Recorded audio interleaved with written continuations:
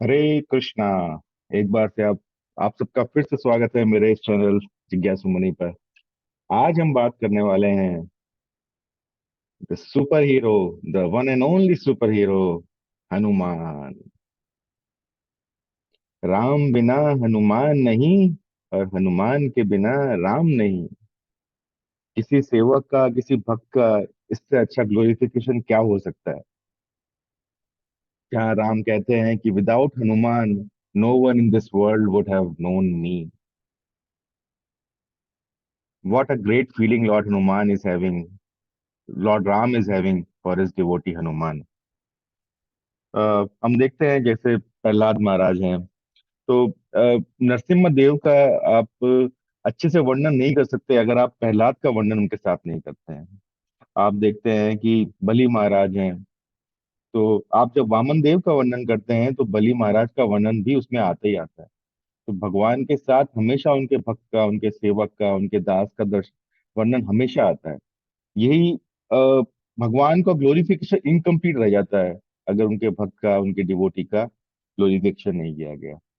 तो हम भी आज एक तुच्छ ये सेवा करने वाले हैं, जिसमें हम लॉर्ड हनुमान का ग्लोरिफिकेशन करने की कोशिश करेंगे, ताकि हम भगवान राम को प्लीज कर सकें।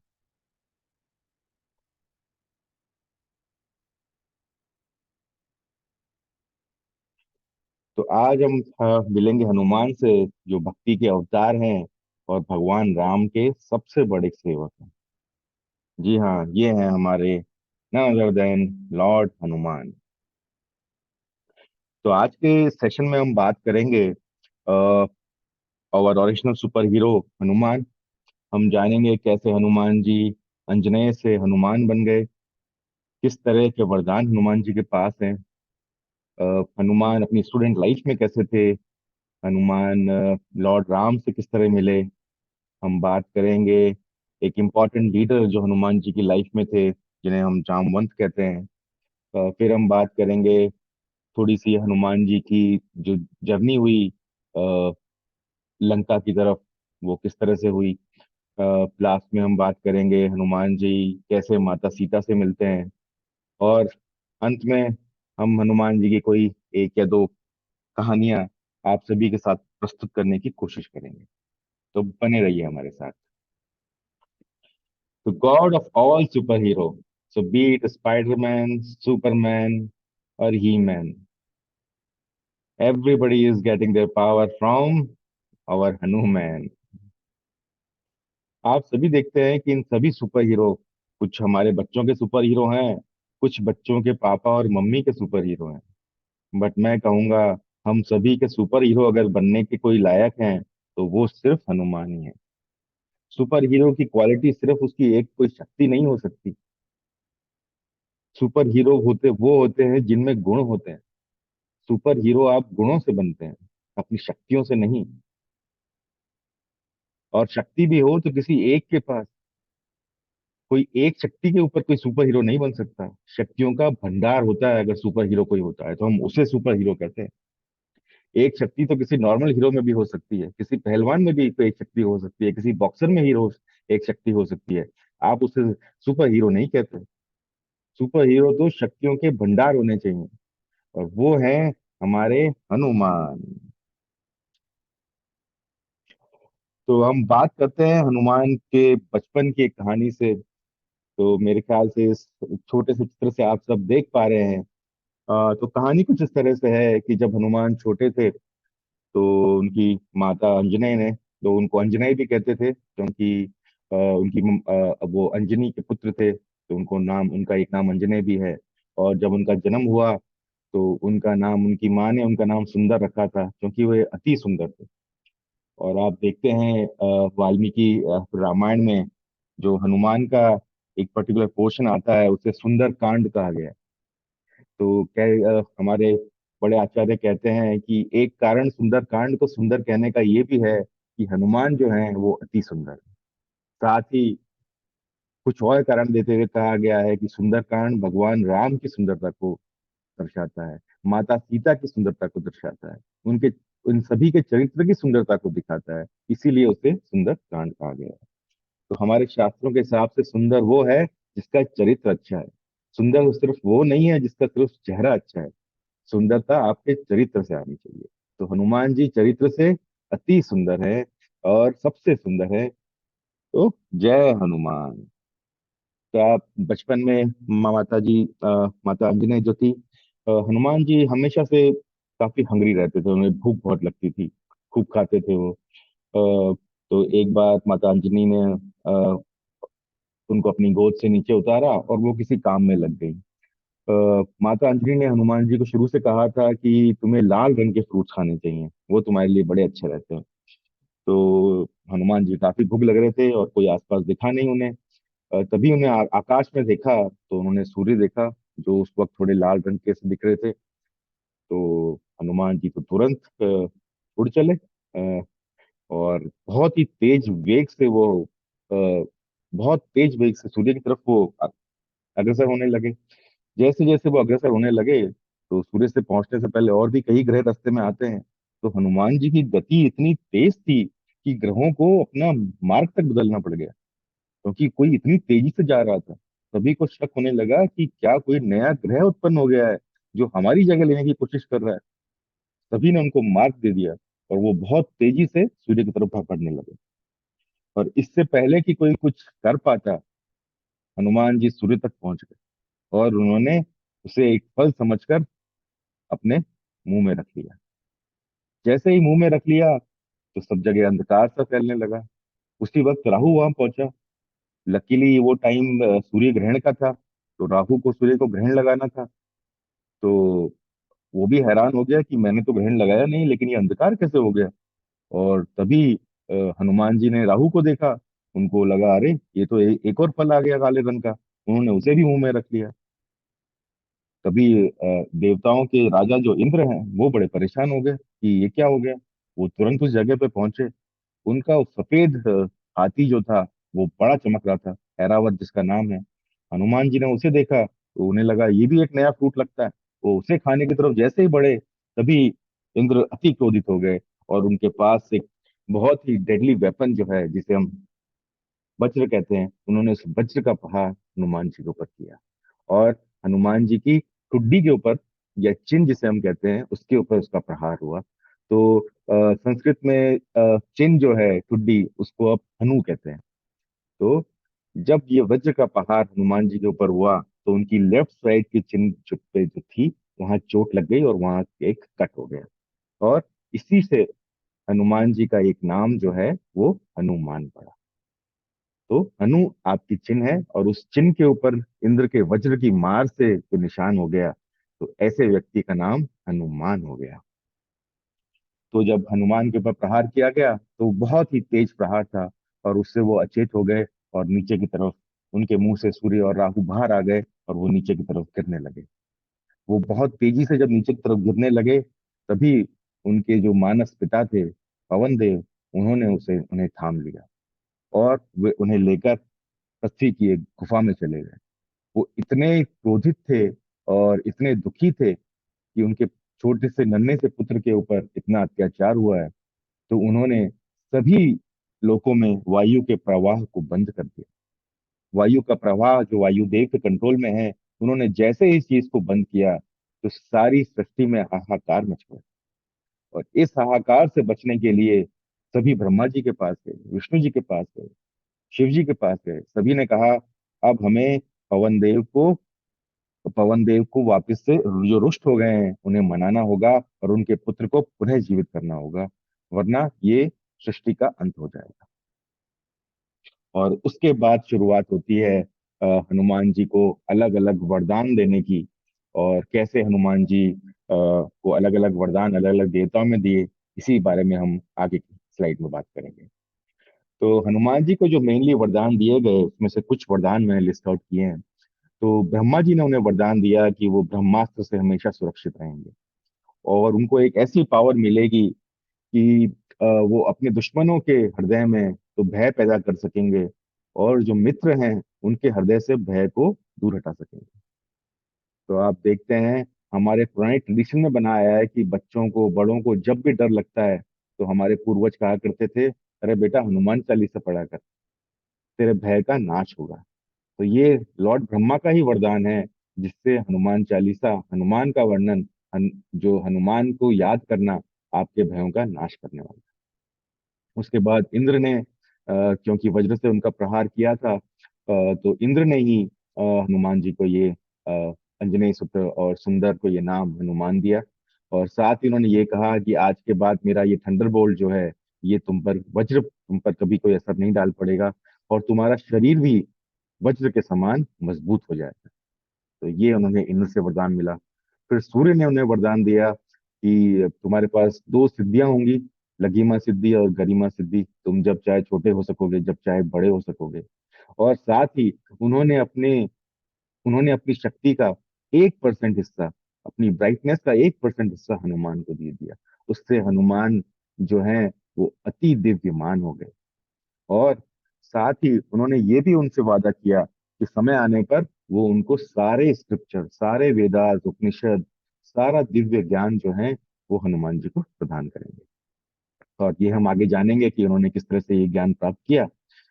उसके बाद यमराज जो हैं, उन्होंने हनुमान जी को वरदान दिया अच्छी हेल्थ का। और साथ ही ये वरदान दिया कि उनके पास जो दंड है, मृत्यु दंड, वो कभी भी हनुमान जी को अफेक्ट नहीं करेगा। उसके बाद कुबेरा जो वेल्थ के संरक्षक हैं देवताओं के, उन्होंने उन्हें एक गोल्डन गदा प्रदान करी, मेज। तो ये जो हनुमान जी के पास जो गदा है, ये उनको कुबेरा के द्वारा प्रदान की गई। और उन्होंने कहा कि जब भी वो किसी युद्ध में होंगे तो उन्हें कभी भी किसी तरह की थकान नहीं होगी। उसके बाद अग्नि ने उन्हें वरदान दिया कि फायर कभी भी हनुमान जी का नुकसान नहीं पहुंचा सकेगी। कामदेव ने उन्हें वरदान दिया कि वे हमेशा ब्रह्मचारी बने रहेंगे, और कामदेव का कोई भी प्रहार उन्हें कभी भी विचलित नहीं कर सकेगा। वरुण ने उन्हें वरदान दिया कि he will Hanuman will not die because of water. पानी से कभी भी हनुमान का नुकसान नहीं है।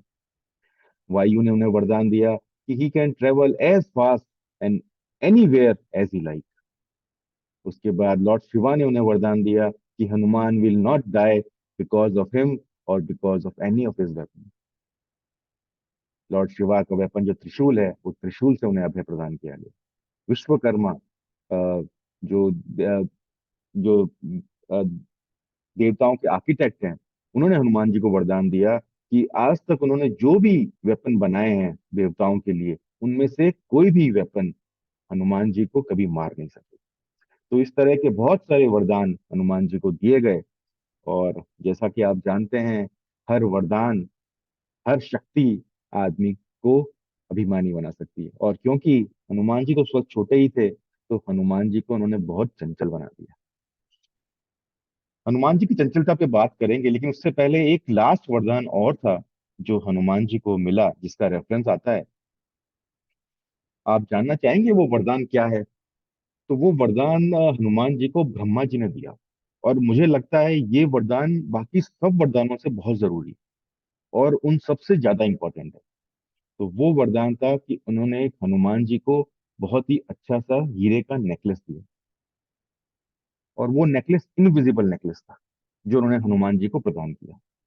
और उन्होंने हनुमान जी को कहा कि जिस दिन ये नेकलेस तुम्हारे गले में कोई देख लेगा, तो समझ लेना वही तुम्हारा परफेक्ट मास्टर है, और उनकी शरण में ले लेना। उसके बाद से तुम उन्हीं के दास बन जाना। वही तुम्हारा जीवन का जो लक्ष्य है, वो तुम्हें पाने में तुम्हारी मदद करेंगे। तुम्हारा जन्म ये किस लिए हुआ है, वो सारा ज्ञान तुम्हें उस इंसान से मिलने के बाद हो जाएगा जो तुम्हारे गले में पड़ा वो हीरे का, जो हीरे की जो माला है, वो देख सकेगा। तो हनुमान जी के गले में ये माला हमेशा से थी, और यहाँ तक कि उनके माता पिता भी उसे देख नहीं सकते थे। हम आगे जानेंगे कि कौन वो व्यक्ति था जो हनुमान जी के गले में पड़ी हुई इस माला को देख सका, और हनुमान जी को अपना परफेक्ट मास्टर कैसे मिला, उसके बारे में हम आगे सुनेंगे। फिर आप देखते हैं कि हनुमान जी को खूब सारा वरदान मिल गया, शक्तियां तो खूब सारी थी, उम्र उनकी छोटी थी, शिक्षा की उनके पास कमी थी। तो इन सब का होने की वजह से हनुमान जी बहुत ही नॉटी हो गए। हर तरह की शरारत वो करने लगे। और शरारत करने के लिए उन्हें जो सबसे अच्छा जो मिला, वो थे आसपास के साधु और सन्यासी जो वहां तपस्या करते थे, भक्ति किया करते थे। तो कभी वो उन्हें नहाते वक्त परेशान करते थे, कभी जब वो सुबह सुबह नित्य कर्म के लिए जाया करते थे तब वो उन्हें परेशान करते थे, कभी जब वो अपने यज्ञ में लगे होते थे तब उन्हें परेशान करते थे। तो हर मौका जहाँ भी उन्हें मिलता, वो सभी ऋषि मुनियों को परेशान करते थे। तो एक बात तो आप कह सकते हैं कि हनुमान जी इस वक्त थोड़े कृष्ण रूप की, कृष्ण के टाइप की लीलाएं करने लगे। कृष्ण भी अपने बचपन में सभी को खूब परेशान किया करते थे, तंग किया करते थे। और वही हनुमान जी भी करने लगे। तो एक समय की बात है जब एक ऋषि को उन्होंने खूब परेशान किया, तो वो बड़े क्रोधित हो गए। और ऋषि जब भी क्रोधित होते हैं तो उसमें सामने वाले का कल्याण ही होता है। जैसा कि हम कृष्ण कथा में सुनते हैं कि नल और कुबेर को कि किस तरह से नारद जी ने श्राप दिया, और किस तरह से वही श्राप उन्हें कृष्णा ने उन्हें लिबरेट करने के लिए वो श्राप काम आया।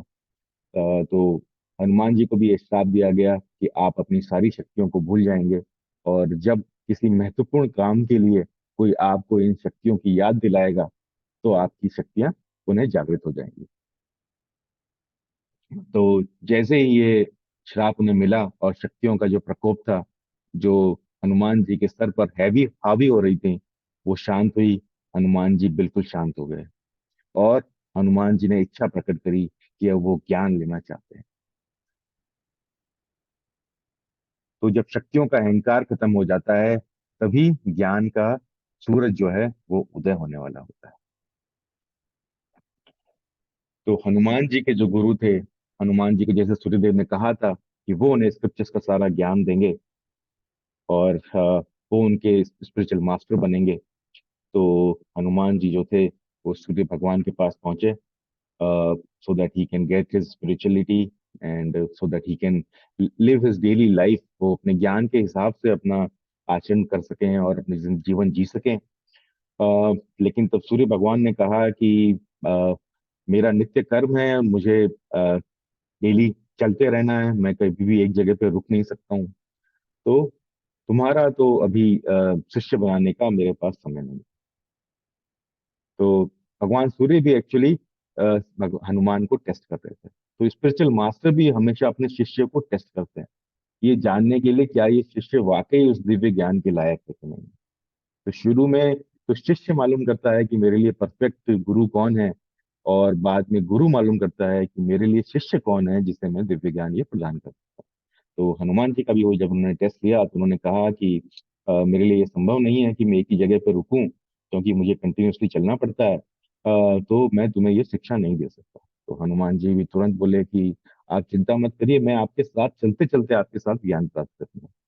तो हनुमान जी जब उनके, तो भगवान सूर्य ने कहा ठीक है। तो जैसे ही वो चलने लगे, तो हनुमान जी, सूर्य भगवान ने कहा कि तुम्हारी तो पीठ दिख रही है मुझे, आप अपने गुरु को पीठ कैसे दिखा सकते हैं। हनुमान जी ने कहा कि फौरन ही क्षमा मांगी, और उसके बाद से हनुमान जी ने उल्टा होकर चलना स्टार्ट किया। तो उनका मुख जो था वो सूर्य भगवान की तरफ था, कान उनके वो सब सुन रहे थे अटेंटिवली जो सूर्य भगवान कह रहे थे, and he was travelling backwards. और ये करीब 60 दिनों तक उन्होंने किया, और उन 60 दिनों में उन्होंने सारी कलाएं, सारा स्पिरिचुअल ज्ञान, 4 वेदास, 108 उपनिषद, पुराण, सारे उन्होंने कंठस्थ कर लिए। इन पूरे समय के बीच में हनुमान जी ने एक बार भी डाउट के साथ ये नहीं पूछा सूर्य भगवान से कि भगवान ये समझ में नहीं आया, थोड़ा आप दोबारा से समझाइए। इतने अटेंशन के साथ आपने उन्होंने सुना। So we can find that he is a perfect student. एक स्टूडेंट को कभी ये नहीं देखना चाहिए कि ज्ञान लेने के वक्त मेरे पास कितनी सुविधाएं हैं। इंपॉर्टेंट ये है कि क्या मुझे अच्छा ज्ञान यहाँ मिलेगा। आजकल हम देखते हैं, हम स्कूल्स में जाते हैं तो हम ज्यादातर इंफ्रास्ट्रक्चर की ओर ध्यान देते हैं कि अच्छा क्या क्या है, क्या वहाँ स्विमिंग पूल है, किस तरह के अच्छे स्पोर्ट्स वहाँ खिलाए जा रहे हैं। हम ये नहीं इंक्वायरी कर रहे हैं कि वहाँ के टीचर्स कहते हैं, उनका क्वालिफिकेशंस कहता है, किस तरह से वहाँ टीचर को सिलेक्ट किया जा रहा है। क्यों? तो यहाँ के एग्जाम्पल से हम सीख सकते हैं कि ज्ञान हमेशा वहां लेना चाहिए जहाँ ज्ञान देने वाला सर्वोच्च हो। तो अगर स्पिरिचुअल मास्टर और गुरु आपका परफेक्ट है तो उस जगह से आपको ज्ञान लेना चाहिए। फैसिलिटीज सब मैटर नहीं करती। दूसरी चीज हम सीखते हैं हियरिंग, अटेंटिव हियरिंग जो है सबसे ज्यादा जरूरी है ज्ञान प्राप्त करने के लिए। हनुमान जी इतने अटेंटिव थे कि बहुत ही कम समय में बिना किसी चीज को रिपीट किए हुए उन्होंने हर चीज को, ज्ञान को ग्रहण किया। वो भी ऐसी परिस्थिति में जहां उन्हें उल्टा चलना पड़ रहा है।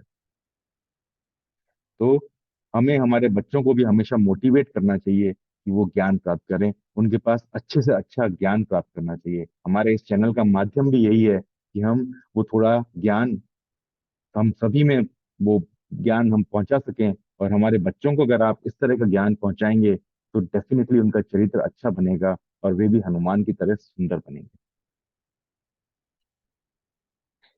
इसके बाद बात आती है राम और हनुमान जी के। हाँ, उससे पहले कि हम आगे बढ़ें, तो जब सूर्य भगवान ने जब सारी शिक्षा पूरी करी, तो पहले ये हमेशा रिवाज हुआ करता था कि हर शिष्य जो है अपनी शिक्षा पूरी करने के बाद गुरु को गुरु को दान दिया करता था। तो वो होता था कि उस जो शिक्षा मिली है उसका जो ऋण उतारने के लिए ये प्रोसेस किया जाता था। तो हनुमान जी ने जब सूर्य भगवान से पूछा तो सूर्य भगवान ने कहा कि मेरा एक पुत्र है, वो सुग्रीव है। थोड़ा सा बुद्धि में कम है और थोड़ा नालायक भी है। तो मैं चाहता हूँ कि तुम उसके साथ रहो हमेशा और उसका सदैव मार्गदर्शन करो और उसका प्रोटेक्शन जो है वो जिम्मेदारी मैं तुम्हें प्रदान करूँ। तो वो दिन था, हनुमान जी ने एक सवाल भी नहीं पूछा। हनुमान जी जानते थे कि मैं सुग्रीव से ज्यादा शक्तिशाली हूँ, बुद्धिमान हूँ, तेजस्वी हूँ, वरदानों से भरपूर हूँ। उसके बाद भी सिर्फ जब उनके गुरु ने कहा कि तुम सुग्रीव के सेवक बन जाओ, उन्होंने तुरंत उस बात को स्वीकार कर लिया। और उस दिन के बाद से वो तब तक सुग्रीव के सेवक रहे जब तक वो अपने ट्रू स्पिरिचुअल मास्टर प्रभु श्री राम से नहीं मिल गए। तो ये हनुमान जी के जीवन की स्टूडेंट लाइफ है। उसके बाद हनुमान जी जो थे वो सुग्रीव के साथ रहे और उन्होंने बाली और सुग्रीव के बीच में जो द्वंद्व था उसमें उन्होंने हमेशा सुग्रीव की रक्षा करने की कोशिश करी, जैसा कि उन्होंने अपने स्पिरिचुअल मास्टर को प्रॉमिस किया था। तो अब बात आती है कि राम और हनुमान का मिलन फर्स्ट टाइम कैसे होता है।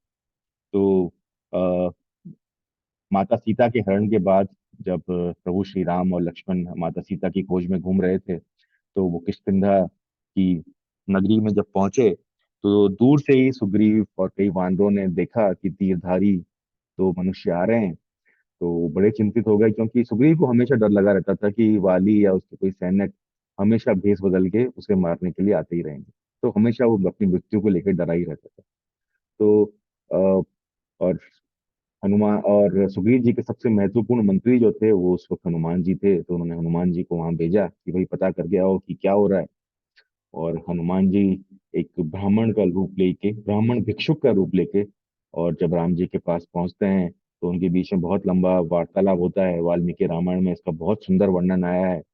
और इसी बातचीत करते करते सबसे पहले तो बहुत सारी क्वेरीज होती हैं जिसमें राम पूछते हैं कि इतने घने जंगल के अंदर एक ब्राह्मण भिक्षुक क्या कर रहा है, क्योंकि यहाँ भिक्षा की तो कोई जरूरत नहीं है। तो आप उन वार्तालाप करते हुए आप सुनते हैं कि राम की इंटेलिजेंस क्या है और हनुमान की इंटेलिजेंस क्या है। दोनों एक से बढ़कर एक है। उस अति सुंदर वार्तालाप के बीच में ही बात करते करते राम जी हनुमान जी को कहते हैं कि तुम अपने आप को भिक्षुक कह रहे हो और तुम्हारे गले में ये हीरों का हार पड़ा हुआ है। जैसे ही ये लाइन हनुमान जी सुनते हैं तो उनका तो खुशी के मारे ठिकाना नहीं रहता। वो तुरंत लक्ष्मण जी की तरफ पूछते हैं, क्या आपको ये हीरे का हार दिखाई दे रहा है? लक्ष्मण जी कहते हैं, नहीं मुझे तो नहीं दिख रहा। वो फिर राम जी से पूछते हैं, आपको दिखाई दे रहा है? राम जी ने कहा, बिल्कुल। इतनी जोर से चमकने वाला ये हार है, ये मुझे दिखाई नहीं देगा तो किसे दिखाई देगा? और वो एक क्षण था, हनुमान जी समझ गए कि मेरे जीवन का जो लक्ष्य है वो प्रभु श्री राम का सेवक बनना ही है। इनकी सेवा करना ही मेरे जीवन का उद्देश्य है। तो आप देखते हैं किस तरह से वो जो ब्रह्मा जी का वरदान था, एक इनविजिबल इनविजिबल नेकलेस का, वो कैसे आप हनुमान जी के जीवन के लक्ष्य से मिला रहा है। तो वरदान हो चाहे श्राप हो, अगर वो आपको आपके जीवन के लक्ष्य तक पहुंचा रहा है तो वो वरदान और श्राप अच्छा है। और वो वरदान और श्राप जो आपको आपके लक्ष्य से दूर ले जाता है, तो ऐसे वरदान और श्राप का कोई मतलब नहीं है। वो वरदान भी एक श्राप के जैसा ही है। और वो श्राप जो आपको आपके लक्ष्य के पास ले जाता है, वो किसी भी साधारण वरदान से बढ़कर है। तो यहाँ पे आगे और वार्तालाप जब होती है तो प्रभु श्री राम हनुमान जी की बातचीत करने के तरीके की बहुत तारीफ करते हैं। वो बार बार कहते हैं कि हनुमान जी को सामवेद आता होगा, वो सामवेद में एक्सपर्ट होंगे, वो अर्थवेद में, वो यजुर्वेद में एक्सपर्ट होंगे, क्योंकि इस हनुमान जी एकदम नपी तुली बात कर रहे हैं। उनके बात करने का एक एक शब्द उन्होंने जैसे परफेक्टली चुना हुआ हो, हर सेंटेंस उनका अच्छा, हर उनका पैराग्राफ अच्छा। तो उसे कहते हैं वाक पटुता। तो अपनी वाक पटुता से हनुमान जी ने सबसे पहले राम जी का हृदय जीत लिया। तो कहते हैं कि आप जब बोलते हैं तो आपका चरित्र पता लगता है। इसीलिए कहा जाता है कि गुरु को आप चेहरे से नहीं देखते, गुरु को पहले आप सुनते हैं। और वो सुनने से आपको पता लगता है कि सुनने से एवेल्यूएट कर सकते हैं कि आप सामने वाले का चरित्र कैसा है। तो इसलिए कहा गया है पहले, सबसे पहले गुरु को सुनिए। Hearing is the most important thing, and then hearing is the one which helps you to identify a great personality, a great character. तो उसके बाद जो हनुमान जी जो हैं राम और लक्ष्मण को सुग्रीव के पास ले जाते हैं, सुग्रीव से उनकी मित्रता कराते हैं। और वहाँ आगे बातचीत आती है कि कैसे सुग्रीव अपनी परेशानी के बारे में राम जी को बताते हैं। और क्योंकि सुग्रीव इस सब नॉलेज में नहीं थे, तो वहाँ भी ऐसा एक वृतांत आता है जिसमें वो एक पेड़ की डाली को तोड़कर राम जी को वहाँ उस पे बैठने के लिए कहते हैं और खुद भी उनके साथ ही बैठ जाते हैं। और तब हनुमान जी ये समझते हैं कि राम जी तो कितने श्रेष्ठ हैं कि सुपीरियर के साथ उनसे समान लेवल पे नहीं बैठा जाता है। लेकिन तब भी वो अपने मास्टर के अगेंस्ट कुछ भी नहीं कहते हैं। वो तुरंत एक दूसरी डाल लेके आते हैं और वहां भ्राता लक्ष्मण को बैठने के लिए कहते हैं और खुद नीचे बैठ जाते हैं। तो इस तरह से वो इनडायरेक्टली अपने मास्टर को ये सिग्नल करना चाहते हैं कि सुपीरियर को हमेशा ऊपर जगह देनी चाहिए। तो कितना बुद्धिमान थे हनुमान जी, और कितना संवेदनशील देखिए आप। मतलब वो अपना उस वक्त सुग्रीव के क्योंकि वो दास थे, मिनिस्टर थे, तो किस तरह वो धर्म भी निभा रहे हैं। और उन्हें साथ ही पता लग गया है कि प्रभु राम की सेवा करना ही उनका लक्ष्य है, तो वो उसे भी निभा रहे हैं। और कैसे इनडायरेक्टली वो सुग्रीव को टीच कर रहे हैं, इसके लिए कितनी अधिक समझदारी की जरूरत है। तो आप कितनी संवेदनशीलता चाहिए होगी। तो आप देखिए हनुमान कितने संवेदनशील हैं। तो इस तरह से राम और हनुमान का मिलन हुआ। फिर बात आती है कि इंसिडेंट पहुंच जाता है कि जहाँ सभी वानर सेनाएं माता सीता की खोज में होती हैं। और हनुमान अंगद जामवंत जो एक पार्टी में होते हैं, वो समुद्र के पास पहुंचते हैं। अ, और वहां पर सभी बहुत दुखी हो जाते हैं। और वहां सवाल ये आता है कि अब इतना ये 100 योजन जो समुद्र है, इसे कौन पार करेगा। तो अलग अलग वानर वहां होते हैं, कोई कहता है मैं 5 वजन कर सकता हूँ, कोई कहता है मैं 10 कर सकता हूँ। बहुत शक्तिशाली वानर होते हैं, वो कहते हैं 20 कर सकते हैं, हम 30 कर सकते हैं। तो अंगद होता है, वो कहता है कि मैं पूरी शक्ति से एक साइड क्रॉस कर सकता हूँ, लेकिन मैं वापस नहीं आ सकता। मेरी शक्ति जो है लिमिटेड है। हनुमान जी वहां चुपचाप बैठे होते हैं। तो ऐसे समय पर वहां पर उस पूरी वानर सेना में एक ट्रू लीडर जो होते हैं, वो हैं जामवंत। अब आप कहेंगे जामवंत को हम लीडर क्यों कह रहे हैं। तो आप देखते हैं जामवंत का नाम बहुत कम ही प्रसंग है रामायण के जहाँ पे आता है। वो हमारे एक हिडन लीडर जैसे हैं। तो उस वक्त जामवंत जो है, वो जब देखते हैं कि सारे वानर बड़े निराश हैं, तो वो एक ट्रू लीडर की तरह खड़े होते हैं। और सबसे पहले वो बात करते हैं अपने पास्ट एक्सपीरियंस की, कि उनकी क्षमताएं क्या थी। जामवंत भी जो थे उस वक्त काफी वृद्ध हो चुके थे। उन्होंने अपनी शक्तियों का बखान करते हुए जब बताया कि ये किस तरह जब वामन देव ने 3 पगों में पूरी धरती नाप ली थी, तो उन्होंने उस वक्त धरती के 21 बार चक्कर लगा लिए थे। इस तरह की उनके पास शक्ति थी, इस तरह की उनकी स्पीड थी। अ, जब समुद्र मंथन हो रहा था, तो जड़ी बूटियों की जो भी जरूरत थी वो एक ही बार में पूरे वर्ल्ड की सारी जड़ी बूटियों को इकट्ठे करके लेके आ गए थे। तो इस तरह से उन्होंने पूरी बात करी, अपनी शक्ति का बखान किया। बट साथ ही उन्होंने ये भी एक्सेप्ट किया कि क्योंकि अब वो वृद्ध हो चुके हैं, अब उनमें उतनी शक्ति नहीं रही है। अब जरूरत थी हनुमान सेना को एक एक नए हीरो की, एक नए नायक की। उस नायक को बनाने में जो सबसे महत्वपूर्ण रोल निभाया वो हमारे जामवंत का है। तो जामवंत जो थे, उन्होंने सबसे पहले अपने ग्लोरिफिकेशन के बाद उन्होंने बताया कि हनुमान जी को उन्होंने मोटिवेट करना स्टार्ट, क्योंकि उन्हें पता था कि हनुमान जी की शक्तियां जो हैं वो गुप्त हो चुकी हैं और उन्हें मोटिवेट करने की जरूरत है। उसके बाद उन्होंने हनुमान को अपना बचपन याद दिलाया, कि किस तरह उन्होंने सूर्य को खा लिया था, किस तरह उन्हें बहुत सारे वरदान मिले थे, कैसे उनकी नखरा की वजह से उन्हें श्राप मिला। और जैसे जैसे वो ये स्टोरी नरेट करते गए, हनुमान जी के अंदर की जो छिपी हुई शक्तियां थी वो सारी की सारी शक्तियां जागृत हो गई, और उन्होंने हनुमान को एक ट्रू लीडर और एक ट्रू हीरो बना दिया। तो एक देखिए कितनी अच्छी सीखने की बात है। हम देखते हैं कि अक्सर हमारे बुजुर्ग लोग होते हैं, वो अपनी पुरानी बहुत सारी खूबियां तो गिनाते हैं, लेकिन साथ ही वो ये भूल जाते हैं कि अब वो खूबियां, अब उनका समय चला गया है, अब समय आया है एक नए लीडर को बनाने का। और उस नए लीडर को बनाने का काम जो है, वो कई बार हम सीनियर जो लोग होते हैं वो ये करना भूल जाते हैं। तो हर माँ बाप का, हर सीनियर का, हर बुजुर्ग का ये कर्तव्य होता है कि वो आने वाली नेक्स्ट जनरेशन को ना सिर्फ अपने पास की खूबियों को गिनाए, साथ ही ये मेक श्योर करे कि वो आने वाली पीढ़ी को वो कैपेबिलिटी दे सके कि वो उसे हीरो और लीडर बना सके। तो इसलिए मैंने जामवंत को यहाँ एक ट्रू लीडर कहा है। एंड शास्त्राज बताते हैं कि ट्रू लीडर की जो क्वालिटीज हैं उसमें जामवंत एक परफेक्ट एग्जाम्पल है। तो हनुमान जब ये सब सुनते हैं तो उनकी भी पूरी शक्ति उनको फिर पुनः प्राप्त हो जाती है, क्योंकि वो राम काज के लिए थे। और वहीं से उनका उन्होंने पहला अपना, अ, जिस रौर के साथ उन्होंने उसके बाद बोला कि मैं अब ये काम करके ही रहूंगा, हनुमान पूरी सेना में उन्होंने एक जोश भर दिया, और सभी को यकीन हो गया कि हनुमान अब ये काम जरूर करेंगे। उसके बाद हनुमान जी एक पर्वत पर चढ़ गए, जिसे महेंद्राचल पर्वत कहा जाता है।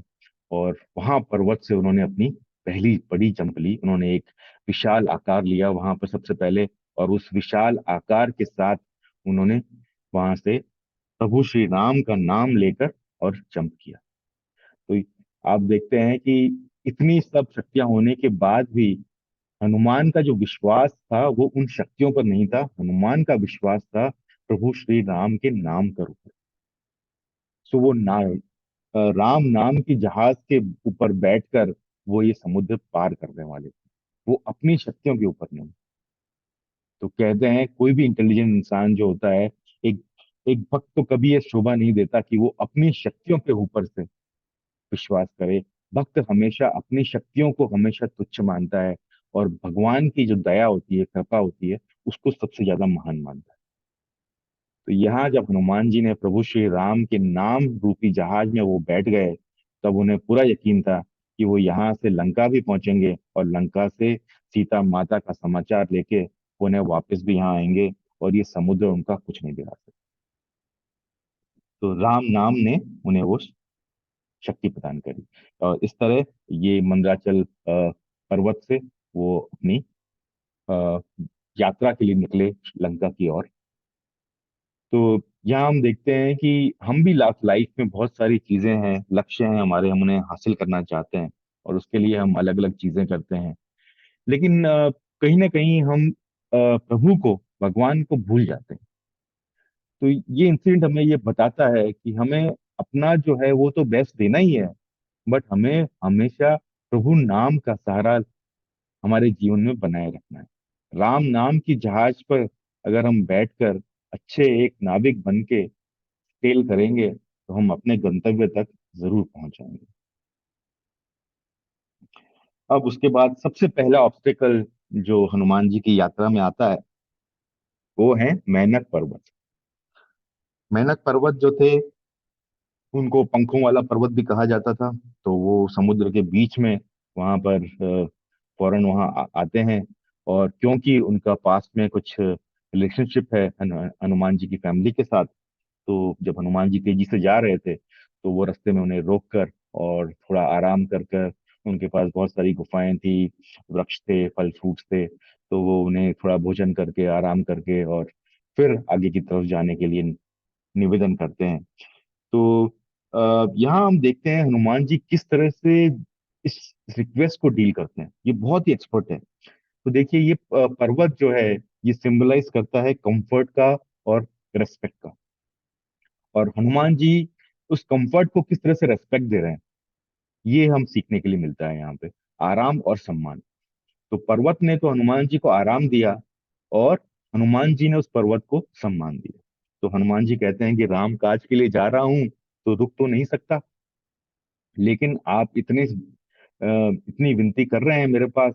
तो हनुमान जी ने फौरन मैनाक पर्वत को टच किया, ताकि उनकी बात भी रह जाए, उनका भी सम्मान रह जाए, और जो उनका गोल है उसकी तरफ ये आराम, कंफर्ट जो है, वो गोल के बीच में रुकावट नहीं बने। तो इस चीज का हमें हमेशा ध्यान रखना चाहिए कि कंफर्ट जो है वो हमारा जो गोल है उसके बीच में कभी भी नहीं आए, वरना हम गोल को हासिल नहीं कर सकेंगे। तो ये हमें हनुमान जी के साथ सीखना चाहिए। तो पहली उन्होंने ये बाधा पार करी। उसके बाद दूसरी बाधा जब आती है, तब हनुमान जी का मिलन होता है सुरसा नामक एक राक्षसी का, जिसके पास ये वरदान प्राप्त था कि जब तक कोई प्राणी उसके मुंह में नहीं आ जाता, वो उसको पार कर कर नहीं जा सकता था। और उसी वजह से वो आसपास कोई भी अगर प्राणी वहां से गुजरता, पशु पक्षी जो भी थे, वो उन सबका, सभी का भक्षण कर लिया करती थी। तो हनुमान जी का भी मार्ग वो रोक देती है, और वो कहती है मेरे पास ये वरदान है कि मेरे मुंह में जाए बिना कोई आ नहीं सकता। तो हनुमान जी पूरे उससे विनती करते हैं कि भाई, राम काज के लिए जा रहा हूँ, मुझे ये काम पूरा करने दो। अगर ये काम पूरा कर लिया, माता सीता की खबर प्रभु श्री राम को दे दूं, फिर आपके पास पुनः आ जाऊंगा। आप चाहें तो मुझे खा लेना। लेकिन सुरसा जो थी, वो सुनने को बिल्कुल भी तैयार नहीं हुई। और सुरसा ने जो है अपना मुंह फैलाना शुरू किया, क्योंकि हनुमान के पास तो ऑलरेडी महिमा और लघिमा सिद्धि थी। हनुमान जी ने भी अपना रूप बनाना स्टार्ट किया। सुरसा ने भी और भी बड़ा मुंह बना लिया अपना। हनुमान जी पुनः अपना मुंह 100 योजन कर लिया। सुरसा ने भी उतना ही बड़ा कर लिया, और बड़ा कर लिया उससे। तब हनुमान जी को रियलाइज हुआ कि ये इंसिडेंट हमें ये बताता है कि प्रतिस्पर्धा जो होती है, प्रतिस्पर्धा की मानसिकता जो होती है, उसमें हम हमेशा सामने वाले से बड़ा बनने की कोशिश करते हैं, और ये साबित करने की कोशिश करते हैं कि हम सामने वाले से बेहतर हैं। तब देखिए उस वक्त हनुमान जी ने क्या किया। हनुमान जी ने तुरंत एक छोटा सा रूप लिया। वो तुरंत ही सुरसा के मुंह में गए, और इससे पहले कि वो अपना मुंह बंद कर पाती, वो उसके मुंह से बाहर आ गई। तो यहाँ आप देखते हो कि किस तरह कॉम्पिटिटिव मेंटेलिटी जो होती है, प्रतिस्पर्धी मानसिकता जो होती है, इसको डील कैसे करना चाहिए, ये हमें हनुमान जी से सीखना चाहिए। अगर हमें पता है कि हमारा लक्ष्य क्या है, और इस बीच में हमारे किसी के साथ कंपटीशन हो जाता है, तो हमें ध्यान हमारे लक्ष्य की तरफ रखना है। इस बात पर नहीं कि हम साबित कर सके कि हम कंपटीशन में सामने वाले से बेहतर है। वो हमारा लक्ष्य नहीं था। हमारा लक्ष्य तो हमारा गोल को प्राप्त करना है। उस गोल को प्राप्त करने के लिए अगर हमें उस एक कंपटीशन में हारना भी पड़ता है, लेकिन हम हमारे गोल को प्राप्त करने हैं, तो वो हार भी हमारे लिए अच्छी है। और इस तरह जब वो बाहर आते हैं, और ये दूसरी बाधा जब वो प्राप्त करते हैं, उसके बाद वो आगे बढ़ते हैं। और उसके बाद तीसरी बाधा जब आती है, तो जब वो उड़ रहे होते हैं समुद्र के ऊपर से, तभी एक जगह पे वो स्टक हो जाते हैं, और ना तो वो आगे जा सक पाते हैं, ना पीछे जा पाते हैं, और वो कुछ समझ नहीं पाते हैं।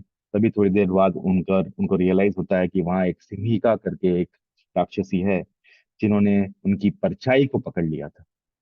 उसके पास ये शक्ति थी, ये वरदान था कि अगर वो किसी की परछाई को पकड़ ले, तो वो उस व्यक्ति को जो है उसकी गति को अवरुद्ध कर सकती थी।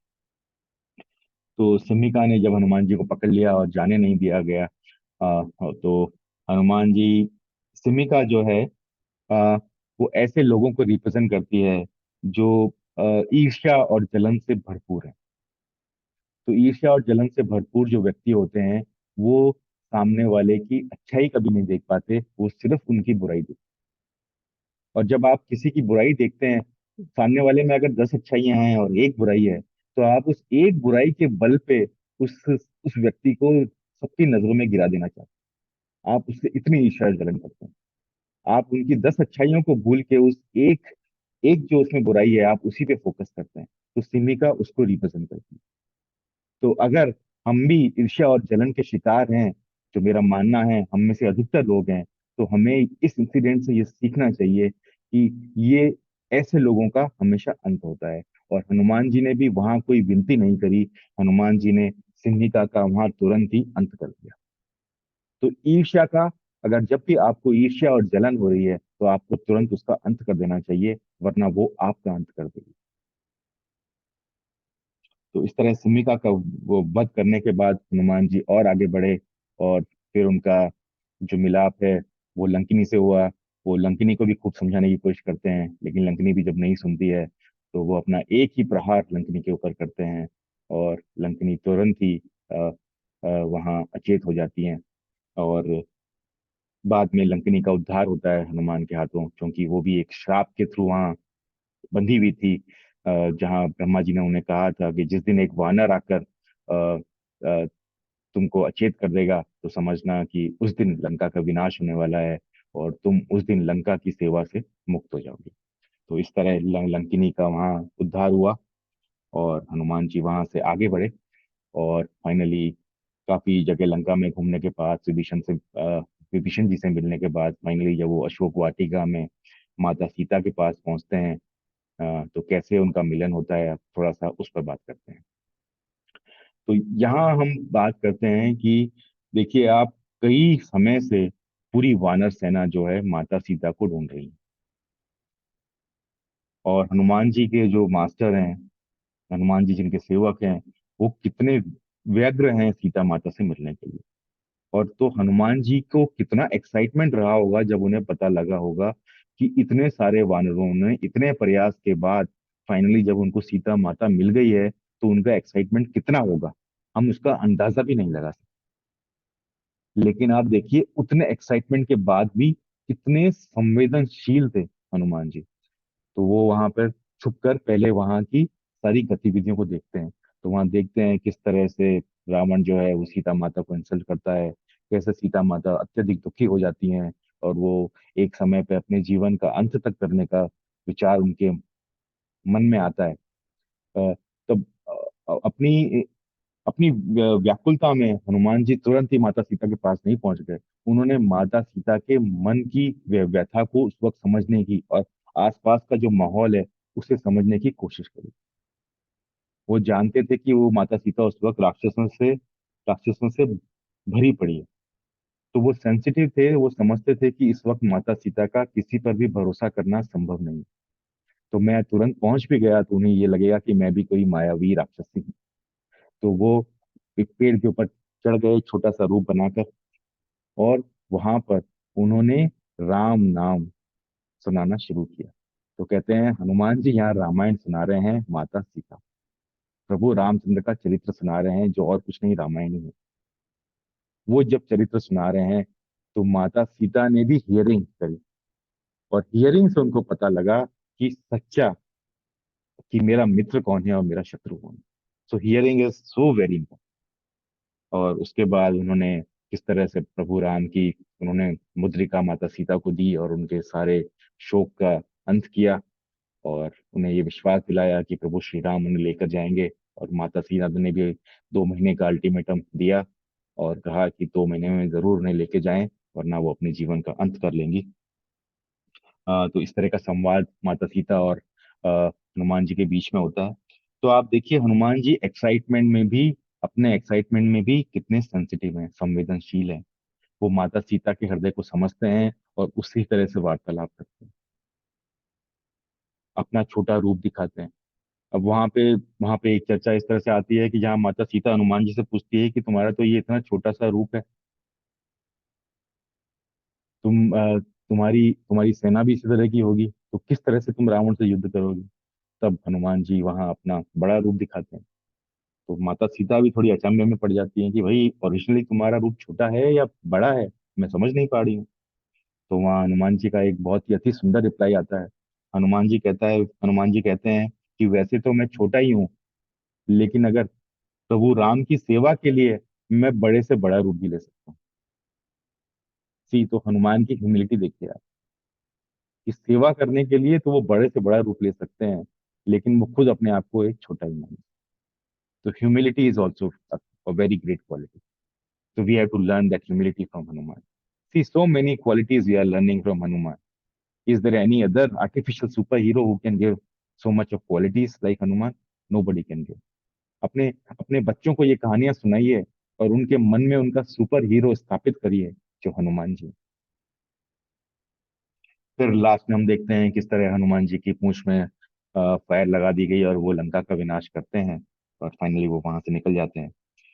तो ये पूरा हनुमान और माता सीता का मिलन था। अ, तो ये थे हनुमान जी की के बारे में, और थोड़ी बहुत वाल्मीकि रामायण से हमने कुछ इंसिडेंट्स उठाए हैं।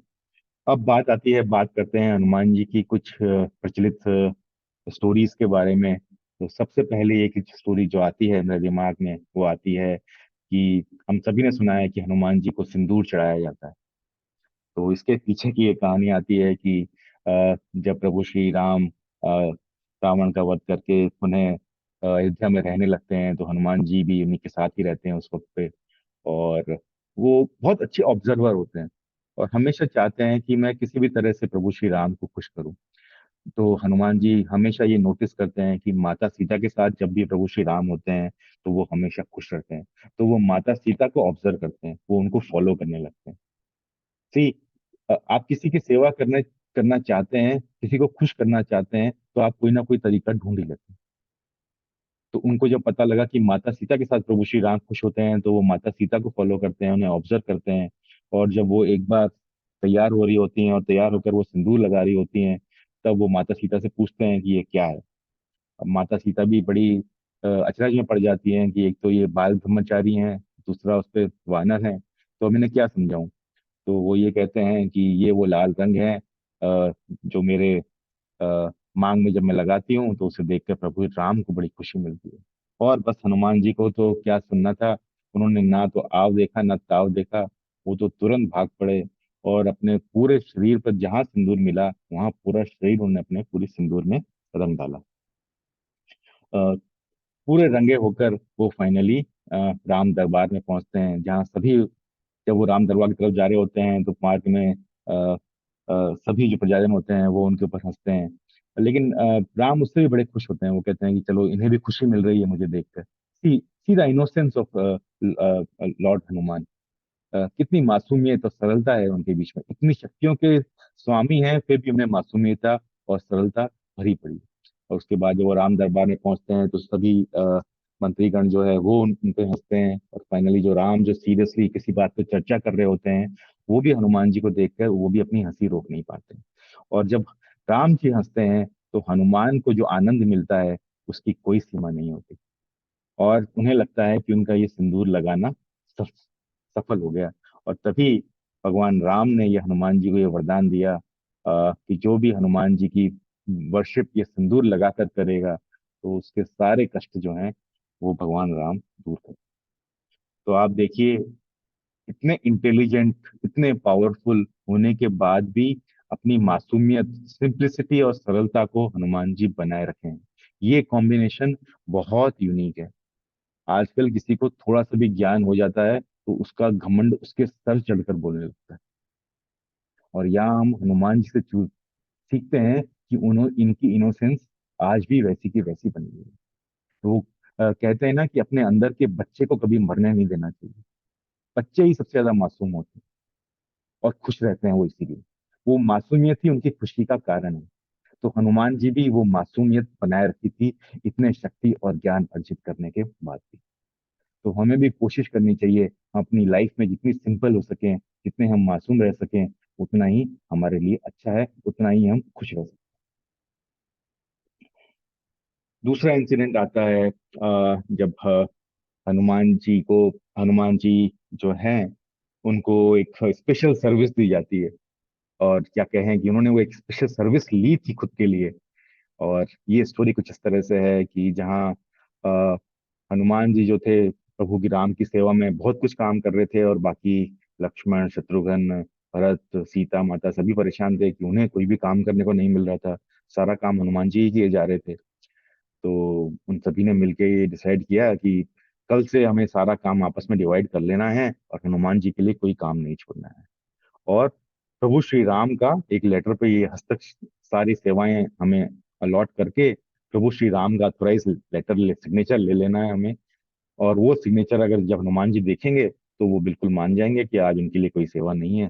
तभी हम अपनी अपनी सेवाएं आराम से कर सकेंगे। और जब हनुमान जी आते हैं तो देखते हैं वो जिस भी सेवा में जाने की कोशिश करते हैं सभी उन्हें मना कर देते हैं कि नहीं, ये तो सेवा मेरी अलॉट है। और तब हनुमान जी माता सीता के पास पहुंचते हैं कि ये क्या है, मेरे लिए कोई भी सेवा नहीं है। तब माता सीता उन्हें वो लेटर दिखाती हैं, स्टैम्प, कि क्या आपके लिए तो कोई सेवा अलॉट ही नहीं है। हनुमान जी वो देखते हैं तो थोड़े दुखी हो जाते हैं। और हनुमान जी दुखी हो जाते हैं तो अ, उसके बाद माता सीता उन्हें खुश करने के लिए कहती है कि इसके सारी सेवाएं तो अलॉट हो गई हैं, अगर तुम कोई और सेवा सोच सकते हो तो वो सेवा तुम चाहो तो वो तुम ले सकते हो और कर सकते हो। और प्रभु श्री राम के सभी सेवकों को ये यकीन था कि ऐसी कोई सेवा नहीं हो सकती जो उस लिस्ट में नहीं है। तो हनुमान जी को ये मौका नहीं मिलेगा कोई भी सेवा करने का। बट वहां देखिए हम हनुमान जी से सीखते हैं कि अगर सेवा करने का भाव अगर हमें है तो सेवा करने का तरीका भी हम ढूंढ ही लेंगे। और देखिए हनुमान जी ने एक सेवा निकाली जो उन्होंने कहा कि भगवान राम जब भी जम्माई लेंगे, यौन करेंगे, देन आई हैव टू चुटकी बजानी होगी। तो ये चुटकी सेवा उन्होंने ले ली। और शुरू में तो सबको बड़ा थोड़ा अजीब सा लगा, बट क्योंकि अब हनुमान जी ने सेवा ढूंढ निकाली थी तो वो मना भी नहीं कर सकते थे, तो उन्हें वो सेवा अलॉट कर दी गई। उसके बाद जो हुआ उसको देखकर तो सभी हैरान हो गए कि प्रभु श्री राम जहां जहां भी जाते हनुमान जी तो हमेशा ही उनके साथ बने रहते। वो कहते प्रभु को कभी भी जम्माई आ सकती है और मुझे तो अपनी जो चुटकी बजाने की सेवा मिली है वो मुझे करनी पड़ेगी। तो इस तरह उन्हें तो हमेशा पूरे समय के लिए हनुमान जी का साथ मिल गया। बाकी सेवक जो थे वो थोड़े समय के लिए हनुमान जी को राम जी से दूर करना चाहते थे। यहाँ तो हनुमान जी ने अपने सेवा भाव से 24 आवर्स के लिए राम जी को अपने पास कर लिया। यहाँ तक कि जब वो अपने शयन के लिए माता सीता के कक्ष में गए तो हनुमान जी तो वहां भी पहुंच गए और बोले कि पूरी रात्रि में ये प्रभु श्री राम को कभी भी जम्माई आ सकती है और मुझे चुटकी सेवा करनी है। और सारी रात वो हनुमान जी के प्रभु श्री राम के बिस्तर के पास खड़े रहे। तो इस तरह हम देखते हैं कि अगर सेवा का असली भाव है तो आप सेवा करने का मार्ग ढूंढ ही लेंगे। आप कभी ये कंप्लेन नहीं करेंगे कि मेरे पास कोई अच्छी सेवा करने के लिए नहीं है। तो जरूरी सेवा का भाव है, उसके बाद सेवा तो अपने आप ही आ जाती है। तो हनुमान जी का ये सेवक भाव जो था ये हमें सीखना चाहिए कि किसी के साथ अगर हमें अच्छा रिलेशनशिप बनाना है, लव जो होता है, मेरा मानना है कि लव, दो लोगों के बीच में लव का जो ब्रिज है उसको बनाने के लिए जो ईंटें चाहिए वो सेवा भाव की ईंटें ही चाहिए। और ये सेवा भाव हम हमें हनुमान जी से अच्छा कोई नहीं सिखा सकता। एक आखिरी कथा है जो इस इंसिडेंट से मैं सुनाना चाहूंगा, वो है हनुमान जी और नारद जी की। जहाँ पे हनुमान जी जो है वो नारद जी से म्यूजिक सीखना चाहते हैं और नारद जी जो है उन्हें म्यूजिक सिखाते हैं। और हनुमान जी तुरंत ही ये म्यूजिक सीख जाते हैं और म्यूजिक में वो इतने एक्सपर्ट हो जाते हैं, यहाँ तक कि नारद से भी अच्छा हो जाते हैं वो। और नारद जी तब उन्हें गाने के लिए कहते हैं। और जब हनुमान जी गाने लगते हैं तो हनुमान जी का राम भजन जो था, इतना इतना इफेक्टिव था हनुमान जी का राम भजन कि उस वक्त वहां के जो आसपास के पत्थर थे वो तक पिघलने लग गए। और नारद जी जो थे वो हनुमान जी के भजन में जैसे डूब गए। और वो इतने डूब गए कि उनके पास जो वीणा थी वो वीणा उनके हाथ से नीचे गिर गई और उनको ध्यान भी नहीं आया। और वो पूरे मग्न है उसके बीच में। और उसके बाद लास्ट में जब हनुमान जी अपना भजन बंद करते हैं तब नारद जी को रियलाइज होता है कि ओह मेरी वीणा नीचे गिर गई है। और जैसे ही उस वो वीणा को उठाने लगते हैं तो वो अपनी पूरी शक्ति के बाद भी उस वीणा को उठा नहीं पाते हैं। और तब वो देखते हैं कि वो वीणा तो एक पत्थर के अंदर धंस चुकी है और तब उनको रियलाइज होता है कि हनुमान जी के भजन में इतना इफेक्ट था कि वो पत्थर भी पिघलने लग गए। और वो पत्थर भी जब वो पिघले और उस वक्त जो वीणा वहां गिरी, और जैसे ही उन्होंने भजन रोका, वो पत्थर वापस सॉलिडिफाई हो गए और वो वीणा पत्थर के अंदर ही समा गई। और इस वजह से वो बाहर नहीं आ रही। उसके बाद नारद जी हनुमान जी से फिर से रिक्वेस्ट करते हैं कि तुम फिर से गाओ। और हनुमान जी जो है मना कर देते हैं। बड़े बड़े नटखट और शरारती तो थे ही हनुमान जी, लेकिन समझदार भी बहुत थे। और वो मना कर देते हैं। नारद जी उन्हें फिर से रिक्वेस्ट करते हैं तो वो तो उल्टी ही डायरेक्शन में भागने लगते हैं। नारद जी उनकी पूरी पीछा करते हैं कि अरे भाई, मेरे बिना के बिना मैं कहाँ जाऊंगा। मैं तो सारे सभी ग्रहों पर, त्रिलोक के अंदर बिना के साथ ही घूमता हूँ, राम भजन करता हूँ। अ, लेकिन हनुमान जी तो भागते ही चले गए, नारद जी भी उनके पीछे भागते गए। कहते हैं हनुमान जी ने नारद जी को पूरी किष्किंधा की नगरी के चक्कर कटवा दिए। और फाइनली वो वहीं पे जाकर बैठ गए जहां पर नारद जी की वीणा पत्थर में फंस गई थी। नारद जी खूब भागते भागते हाँकते वहां पहुंचे, उनकी सांसें भर चुकी थी। और तब वो अ, हनुमान जी से एक बार पुनः विनती करते हैं, और हनुमान जी फिर से राम भजन सुनाते हैं, और वो पत्थर फिर से पिघलने लग जाते हैं। और तुरंत ही नारद जी जो हैं वो अपनी वीणा को उठा लेते हैं वहां से।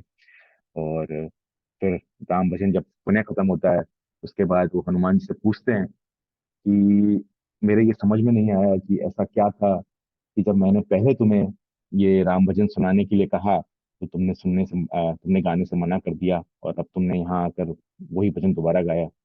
तब हनुमान जी कहते हैं कि आप जैसे शुद्ध भक्त के की जो चरण रज है, मैं ये चाहता था कि पूरी किष्किंधा में वो फैल जाए। कहते हैं कि शुद्ध भक्तों के, महान आत्माओं की जो चरणों की रज होती है, वो अगर हम अपने माथे पर लगाएं तो हमारा कल्याण हो जाएगा। इसलिए हमारे पुरातन में ये रिवाज होता है कि हमसे जो भी बड़े और सीनियर होते हैं, हम उन्हें हमेशा चरण स्पर्श करते हैं। ये एक तरीका होता है कि हम उनकी चरण रज को अपने माथे पर लगाने की कोशिश करते हैं। लेकिन हम देखते हैं आजकल तो लोग झुकते भी इस तरह से हैं कि उनके हाथ सामने वाले के घुटने तक भी नहीं पहुंचते, और वो कोशिश करते हैं कि वो घुटने भी उनके हाथ से टच ना होने पाए। तो आप देखिए चरण रज कैसे मिलेगी।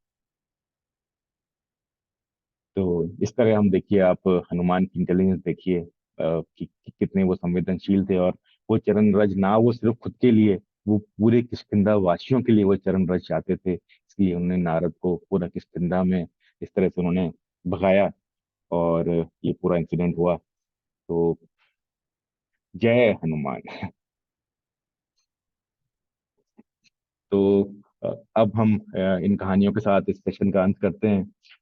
तो कहते हैं कि सुबह शाम आठों याम यही नाम लिए जा, खुश होंगे हनुमान, बस राम राम किए जा।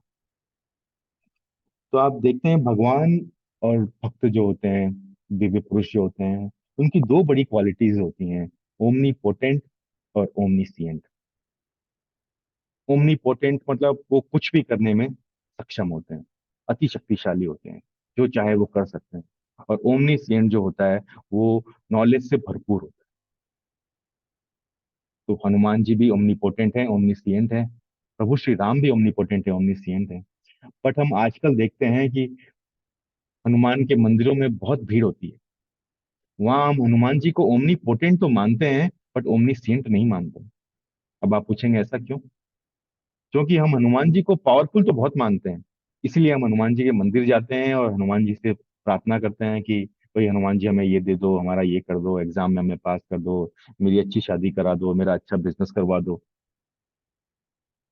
है ना? लेकिन हम हनुमान जी को ओमनी पोटेंट, ओमनीसिएंट नहीं मानते हैं। हमें नहीं लगता कि हनुमान जी ऑल नॉलेजेबल हैं, वो सब कुछ जानते हैं। वो जानते हैं कि हमारा भला किसने है। तो हम मानते हैं कि हमारा भला तो हम अच्छा जानते हैं भगवान से ज्यादा। तो हम कोशिश करते हैं कि हम भगवान को हमारा प्लान बताएं कि भगवान ऐसे ऐसे कर दो मेरे लिए, ये मेरी खुशी का, खुश होने का मेरा तरीका है। और आप, क्योंकि आपके पास वो शक्ति है, मेरे पास वो शक्ति नहीं है, बुद्धि मेरे पास है, शक्ति आपके पास है, तो इन दोनों का मिलन कर लेते हैं, आपका भी भला हमारा भी भला हो जाए। फिर वो कहते हैं कि 1 किलो लड्डू हम आपको चढ़ा देंगे, तो आपका भी भला हो गया। और आपकी जो शक्तियां हैं वो मैंने अपने ज्ञान से उसका उससे मेरा भी भला कर लिया। तो देखिए मैं कितना नॉलेजेबल हूँ। क्या हमें लगता है कि हम इतने नॉलेजेबल हैं? क्या हम हनुमान से ज्यादा नॉलेजेबल हो सकते हैं? ये बात हम सबको सोचनी चाहिए। तो एक इंटेलिजेंट आदमी को चाहिए कि जब जिसकी मैं वंदना कर रहा हूँ वो नॉलेजेबल, ऑल नॉलेजेबल हैं, उनको पता है मेरे लिए श्रेष्ठ क्या है। तो प्रार्थना हमें ये होनी चाहिए कि मेरे लिए जो श्रेष्ठ है वो आप करिए। ये नहीं कि मुझे ये नौकरी दिला दीजिए, ये मेरा ये बीमारी हो गई, मुझे इससे दूर कर दीजिए। मुझे एक पुत्र की चाहिए, मुझे मुझे पुत्री चाहिए, मेरा ये बिजनेस कर दीजिए, मेरे इतने लाखों की जॉब कर दीजिए, मेरा वीजा करवा दीजिए। क्या हनुमान जी इसके लिए बने? सोचिए मित्रों, सोचिए। Hanuman ji is all knowledgeable, all powerful. एक हमारी प्रेयर क्या होनी चाहिए? अब आप हनुमान जी से पूछिए कि हनुमान जी के पास सबसे कीमती चीज क्या है। तो आप जरा भी सोचेंगे तो हनुमान जी के लिए सबसे कीमती उनके हृदय में है। कौन है वो? प्रभु श्री राम है। राम का नाम है उनके लिए सबसे कीमती। तो अगर हम हनुमान जी से सच्चे दिल से पूछें, हनुमान जी के आप सच्चे भक्त हैं, तो हनुमान जी से पूछिए, क्या आप अपना सबसे कीमती चीज हमें देना चाहेंगे? तो आप सोचिए हनुमान जी क्या देंगे आपको। वो आपको अपने प्रभु राम का नाम देंगे, प्रभु नाम की भक्ति देंगे आपको। बट क्या हम वो मांगते हैं कभी हनुमान जी से? तो आप हनुमान के भी अगर सच्चे भक्त हैं तो हनुमान जी से वो मांगिए जो हनुमान जी के पास सबसे कीमती चीज है, और जिनको देने में हनुमान जी की खुशी का पार नहीं रहेगा। जब हनुमान का भक्त हनुमान से राम को मांगेगा तो हनुमान की खुशी का ठिकाना नहीं रहेगा। तो सच्चे भक्त बनिए हनुमान के, और हनुमान से प्रभु राम को मांगिए, राम के नाम को मांगिए। तो एक बार फिर से रिपीट करूंगा कि सुबह शाम आठों याम यही नाम लिए जा, खुश होंगे हनुमान तू राम नाम किए जा। तो इसी के साथ इस सेशन का हम अंत करते हैं। तो एक बार आप सभी का फिर से बहुत बहुत धन्यवाद इस सेशन में मेरे साथ अभी तक बने रहने के लिए। अ, अगर ये सेशन आपको थोड़ा भी अच्छा लगता है और आपकी लाइफ में थोड़ी भी वैल्यू ऐड कर सकता है, तो मेरी आप सभी से विनती है कि लाइक करिए, शेयर करिए, सब्सक्राइब करिए, और जिससे ये नॉलेज ज़्यादा से ज़्यादा लोगों के पास पहुंच सके। मेरा ये छोटा सा एफर्ट है, इस एफर्ट को आप सब चाहें तो सफल कर सकते हैं। तो आइए हनुमान जी और राम जी के साथ प्रे करते हैं, हनुमान जी को याद करते हैं। 6 तारीख को हनुमान जयंती आ रही है, तो इससे पहले मैंने ये वीडियो बनाने का सोचा था कि हम हनुमान जी के चरित्र के बारे में थोड़ा जान सकें, और जब हनुमान जयंती हो तो हम हनुमान जी को वाकई में सच्चे दिल से याद कर सकें, और उनके बारे में शेयर कर सकें, अपने बच्चों को उनके बारे में बता सकें, और बच्चों को अपने ट्रू सुपर हीरो से मिला सकें। तो एक बार फिर से आप सभी का बहुत बहुत धन्यवाद। हरे कृष्णा।